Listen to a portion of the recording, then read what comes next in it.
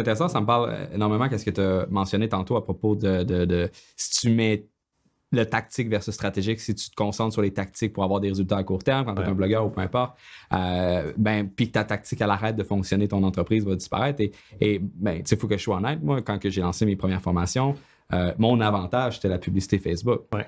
J'avais une formation sur la publicité Facebook, entre autres, mais la publicité Facebook, dans ce temps-là, je ne sais pas si tu t'en rappelles, mais mes leads me coûtaient entre 15 et 25 cents. Ouais. Là, mes leads me coûtent entre 2 puis 4 $, tu sais. Et il y a une augmentation constante. Fait qu'il a fallu qu'on adapte l'entreprise, qu'on trouve les différentes sources de trafic. Et non seulement ça, mais qu'on optimise le trafic qu'on avait pour que, on se dise, crime, peut-être qu'un lead, ça vaut 15$ finalement. Fait qu'on est capable de se permettre de le payer. Puis ça, c'est pas en poussant du cheap, pas optimisé à la masse en disant, c'est pas grave, on a une liste de 5 millions, s'il y a juste 0.01% du monde qui clique puis il y a 0.01% du monde qui achète, on va quand même pouvoir s'acheter une Ferrari. Mais de se dire, chaque personne qui rentre, on la traite comme le mieux qu'on est capable possible, puis qu'on lui offre le plus de valeur pour être capable de que cette personne-là devienne un bon client. On est dans une ère de la relation. Ouais. Okay? Comme si tu ne bâtis pas ta relation, tu vas perdre sur le long terme. Je vois, comme je parlais de LinkedIn parce que je l'utilise souvent comme exemple parce que je l'utilise beaucoup, la plateforme en ce moment, mais là, on est dans l'outreach, ce qu'on appelle l'outreach. Je ne sais pas, tu es familier avec l'outreach? C'est comme, dans le fond, c'est d'envoyer une invitation de connexion avec quelqu'un, que ce soit sur Messenger ou peu importe, ou de l'amener comme ami, puis d'essayer d'amener bâtir cette relation. C'est un petit peu comme du porte-à-porte, si tu veux, virtuel. Mais encore une fois, maintenant, c'est rendu tellement tactique que tu le vois venir à 100 000 à l'heure. Okay? Donc, il n'y a pas de vrai... Encore, OK, on sait que si tu frappes à tant de portes, tu vas avoir tant de réponses. C'est pas personnalisé, le message a de l'air canné. Tu dis exactement la même chose. Donc, puis tu peux faire croire que tu t'intéresses réellement à la personne, mais c'est seulement de la tactique. Puis je pense que oui, c'est certain qu'il y a une certaine valeur à ça. Je veux dire, le door-to-door, porte-à-porte, ça existe depuis forever, mais ceux qui vont gagner dans le futur, c'est ceux qui vont réussir à bâtir une relation avec leur communauté qui est forte. Okay? C'est de savoir, de connaître ta clientèle, d'engager avec eux autres, et puis de faire des choses que les autres ne font pas. Moi, ce que je fais maintenant, c'est fou, là, j'ai switché ma game complètement de infopreneur high volume à une approche beaucoup plus personnalisée. Moi, chaque semaine, j'envoie des cartes écrites à mes meilleurs clients ou des personnes qui ont acheté mes produits. Je vais envoyer des cartes manuscrites à ces clients-là. Ouais. Fait qu'admettons, une personne qui c'est sa deuxième commande ou sa deuxième année avec la méthodologie, puis elle a acheté son pack de planificateurs dans des planificateurs de productivité, donc qui sont trimestriels. Donc, tu achètes ton pack pour l'année de 4 planificateurs. Fait que si c'est ta deuxième commande, moi, je dirais comme... Ou j'envoie des vidéos aussi, des vidéos personnalisées. Fait que je vais sur Vidyard. Il y a une petite application qui s'appelle Vidyard. J'enregistre. Ça ne me prend pas de temps. Là, ça me prend 15 secondes. Je dis, hey Olivier, merci d'avoir commandé pour une deuxième année de suite. S'il y a de quoi je peux t'aider avec n'importe quoi, tu me laisses savoir. Puis, écoute, je donne même mon numéro de cellulaire à des clients. Beaucoup de monde n'utilise pas. Je te dirais que c'est très, très rare que tu vas recevoir un call, mais le monde apprécie ça. Ouais. Puis ça bâtit de la loyauté. Puis qu'est-ce qu'ils font? Ils en parlent. Ils en parlent à leurs collègues, ils en parlent à leurs amis. Donc, il y a tout ce côté-là qui est un petit peu non linéaire, que moi, je trouve ça super intéressant, mais que beaucoup de marketeurs ne font pas. Parce que c'est très basé, tu sais, comme tu le vois sur une publicité Facebook, tu vas avoir un certain nombre de trafic, donc tu vas avoir tant d'impressions, tant de clics, tu sais, tant de personnes qui achètent. Donc, ça devient très numérique, mais il y a des personnes, il y a des êtres humains derrière ces personnes-là, tu sais. Moi, je pense que surtout quand on travaille avec... C'est sûr que c'est difficile quand tu as une offre à 10 pièces, tu ne vas pas contacter tout le monde, là. Mais si tu as une formation qui est prix plus élevé, contacte tes clients, parle-leur, tu sais. Je pense que c'est ça qui va faire maintenant. On est de retour maintenant où tu rentres dans un magasin puis la madame connaît ton nom, tu sais. Ouais. C'est-tu pas cool, ça? Ça tu fais, je sais pas, moi, je sais pas si ça t'arrive, toi, en Antarctique. Je sais que j'arrive, puis il me donne mon scotch. C'est ça. non, mais sérieusement, comment tu feels quand ça arrive? Ben, c'est le fun. Ouais, Ah tu sais, ouais. ça te fait un petit bout. C'était comme. Moi, j'aime ça aller au café. Tu sais, tous les mercredis, je vais travailler au même coffee shop. en OK. ville. Puis les petites madames, elles connaissent tout mon nom. Tu sais, salut Dave, grand de lait, oui, comme d'habitude. Fait écoute, ils savent, là. Ouais. Fait que c'était drôle parce que la dernière fois, j'étais en train de commander au drive-thru. Et puis, ils ont le drive-thru aussi. Puis je commandais. Puis la femme, elle me dit OK, Dave, tu peux avancer. Elle avait reconnu Elle tu sais, reconnaît ma ta voix, voix ouais. tu sais, dans le. Puis ma commande. Mais ça te fait filer un petit peu spécial. Tu sais. Et je pense que la même approche peut être utilisée comme partout. Tu sais, ça. Puis, tu sais, ça me fait penser un peu à cause que nous, nos produits sont super abordables, fait qu'on peut pas se permettre d'avoir ce niveau de personnalisation-là avec chacun de nos clients, mais on fait ça depuis maintenant, c'est la 5 ou la 6e édition qu'on fait à chaque 3 mois, dans le fond. On se regroupe. Là, maintenant, on fait ça dans notre quartier de la domination mondiale avec la location Top Secret. Ouais. Et, C'est pas facile d'y accéder parce qu'il faut que tu prennes un bateau, puis ensuite il y a un Zodiac, puis tu arrives en Antarctique. Puis en tout cas, ouais. Sans révéler la place mais de la les gens qui viennent, après ça, ce qui est le fun, c'est que tu as un contact direct, personnel avec tes clients. Tu passes une soirée avec, tu bois avec, beaucoup de scotch, tu as des anecdotes drôles à chaque fois. Et ça, depuis qu'on fait ça, je trouve que ça a vraiment cimenté le corps de la communauté. Puis c'est vraiment... tu sais, tantôt, on parlait justement de... Ben, avant, tu pouvais te permettre peut-être d'aller chercher la masse à cause que les coûts publicitaires étaient vraiment faibles, etc. Fait que moi, je suis parti d'un modèle où je veux juste vendre ma formation au plus grand nombre possible puis juste mettre ma pub partout. Ben là, on a un petit corps, on a comme un 1000 à 1500 membres, dépendamment de la période de l'année des inscriptions. Tu sais, c'est juste 1500 personnes, mais ils sont tous engagés le plus possible puis ils connaissent tout, à peu près tout le monde. Tu sais, on connaît c'est qui les gourous de cette place-là. On a comme des modérateurs qui sont super actifs à chaque jour. Fait que c'est super le fun.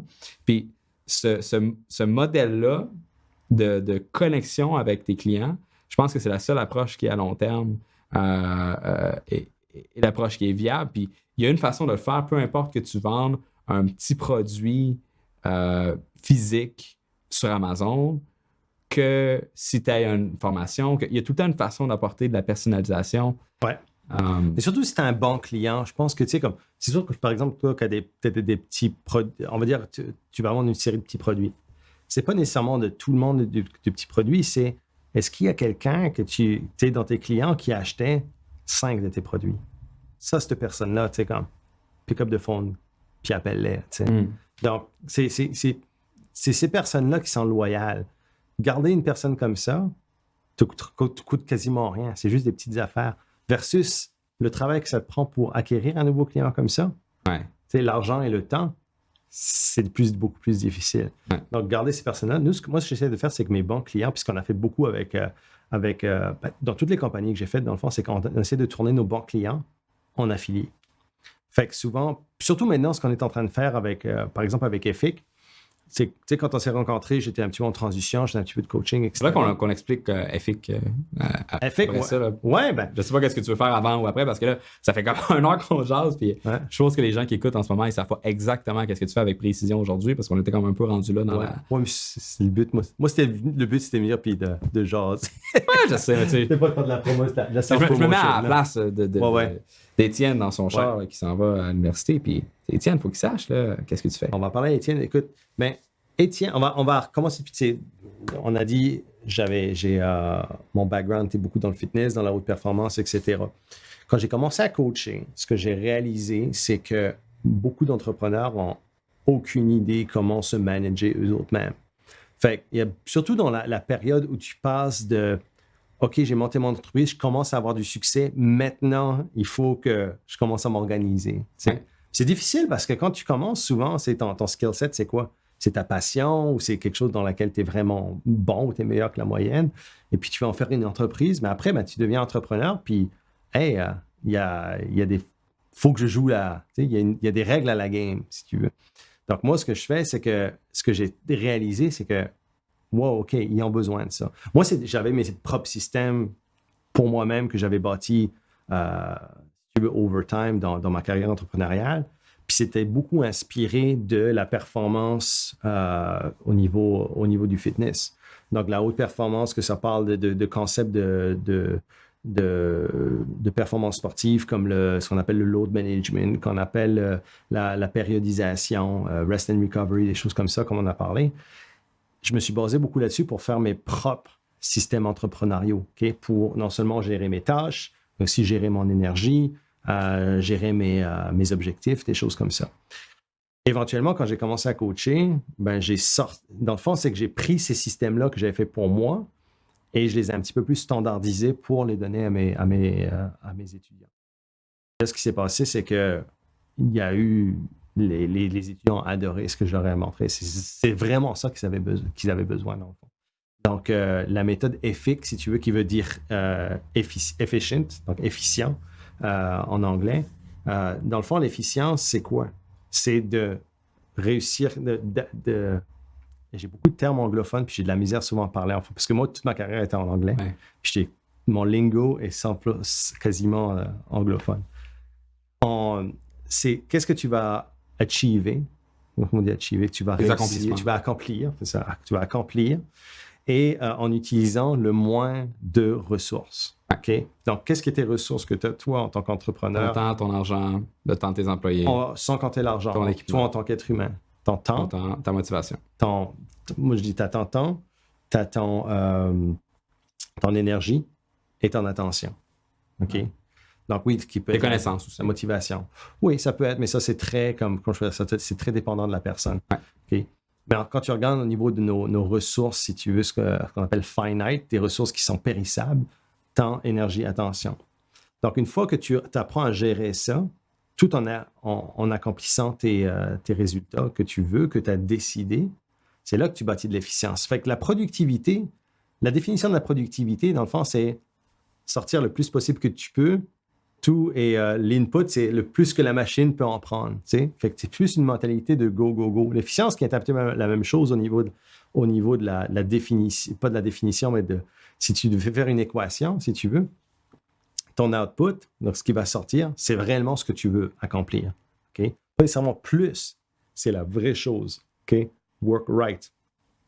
Et l'input, c'est le moins, en utilisant le moins, si tu veux, de ton temps, ton énergie, et en travaillant sur les bonnes affaires. Fait qu'une fois que tu as... Ou pas nécessairement en utilisant le moins de ton... La façon adéquate, si tu veux, la quantité adéquate. Parce que tes 100 unités d'attention que tu as, l'idée, c'est pas de dire tu vas juste en utiliser 10. On pourrait argumenter que pour les gens paresseux, mais c'est d'utiliser les mêmes 100 unités, mais d'avoir 2 fois les mêmes résultats. Oui, mais c'est aussi une question de long terme et d'adaptabilité. Fait que quand tu regardes au niveau de l'exercice, moi, je te dirais, Olivier, on va aller faire un entraînement, toi et moi. Voici une barre de 220 livres. Vas-y, mon grand, lève-la. Pas toi. OK? Fait que dans le fond, ce que tu vas faire, c'est que tu ne peux pas commencer nécessairement à 220 livres. OK? Donc, tes ressources, ta quantité d'énergie, prouve-moi, c'est en 220, ça doit... Tu n'as peut-être pas cette énergie-là maintenant. Et si j'allais, c'est all-in. Là. Ouais. Donc, dans le fond, c'est peut-être de réduire la charge, d'adapter ta charge. Mm-hmm. OK? Donc, comprendre comment tu fonctionnes, quel type d'énergie que tu vas devoir faire. Puis, une fois que tu es rendu à ton niveau d'adaptabilité, c'est de monter au next level. C'est un petit peu le même principe. C'est d'essayer d'aller comme full throttle all the time, puis de monter de toujours faire 220 livres, puis de t'entêter à faire 220 livres, si tu veux, en essayant le plus possible de forcer sur la barre le plus possible. Qu'est-ce qui va se passer? Tu vas jamais arriver. Jamais arriver, puis tu vas te blesser. Ouais. C'est un petit peu la même chose au niveau de ta performance entrepreneuriale. C'est la même chose au niveau de ta charge de travail. Okay? Peut-être qu'il y a des personnes qui sont rendues là. C'est d'apprendre, justement, c'est comme si moi, je dois je sais pas moi, tu as 180 livres, c'est comment est-ce que je peux faire pour utiliser le moins d'énergie possible pour monter ces 180 livres-là. Fait qu'est-ce que tu vas faire? De un, tu vas commencer à t'entraîner, tu vas monter tes charges petit à petit, ta technique va s'améliorer, OK? Fait que peut-être qu'au lieu de mettre tes coudes comme ça, tu vas mettre tes coudes comme ça, tu sais? Et là, tu vas pouvoir faire plus de levier. C'est exactement la même chose en entrepreneuriat. C'est quand tu vas, tu sais, quelque chose qui paraît difficile au départ, c'est d'apprendre à l'assimiler, de le rendre moins difficile, en gérant mieux ton temps, en gérant mieux ton effort, en gérant mieux ta structure. OK? Parce que peut-être que ton programme là, c'est peut-être pas adapté à ça. C'est de créer un programme qui est adapté à ça. Selon tes objectifs. Exactement. Fait que dans le fond, c'est de créer... Nous, c'est ça qu'on fait avec FX, c'est d'amener, si tu veux, ton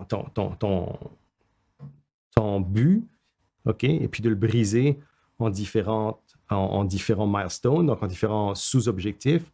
Et ensuite, ces sous-objectifs-là, les diviser en différents types de mouvements. Tu as déjà entendu parler de l'analogie des Big Rocks, Small Rocks and Sand de, je sais pas trop, Stephen Covey. Tu connais Stephen Covey? Ah ouais, je connais, mais je sais pas. Ben, Stephen Covey, dans le fond, il a popularisé cette méthode. Les 7 habitudes de vie des gens excessivement performants. Honnêtement, j'ai lu les 2 premières, puis j'ai pas été capable de terminer le livre. Ben, mais il y a beaucoup de choses, si tu veux, c'est des concepts de base. Mais moi, ce que j'ai adoré avec ça, puis c'était même pas dans ce livre-là, c'était dans le First Things First, qui était son livre avant. C'est l'analogie de la grosse roche, la petite roche et le sable. Puis tu as un bucket, t'as un bocal. Tu vas mettre, si tu mets ton sable en premier dedans, ça va te créer un fond, si tu veux, un fond compact de sable. Lui, il dit que le sable, c'est comme toutes les petites choses de la vie en général. En entrepreneuriat, ça peut être toutes les petites tâches que tu fais, petites tâches réactives que tu fais tout le temps. Ensuite, il y a les tâches un peu plus importantes qui vont être les petites roches. OK? Et ensuite, tu as les tâches vraiment importantes qui sont tes grosses roches. Et si tu mets toujours ton sable en premier, puis ensuite, OK, mais ça, c'est un petit peu plus important, je mets ça, tu vas voir cette couche-là de petites roches, puis tu vas essayer de mettre tes grosses roches, ça ne va pas fitter dans ton bucket. Tu fais le contraire. Tu dis, OK, je vais prioriser. Je vais prendre les grosses roches, je vais les mettre dans le bucket. Ensuite, je vais verser mes petites roches. Ce que ça va se passer, c'est que tes petites roches vont rentrer dans toutes les petites crevasses qui ont été formées par les grosses roches. Ensuite, quand tu vas verser ton sable, qui est toutes les petites choses, tu vas avoir assez d'espace pour que ton bucket soit plein sans déborder. C'est un petit peu la même analogie qu'on utilise dans la performance sportive, que tu peux amener à la performance entrepreneuriale.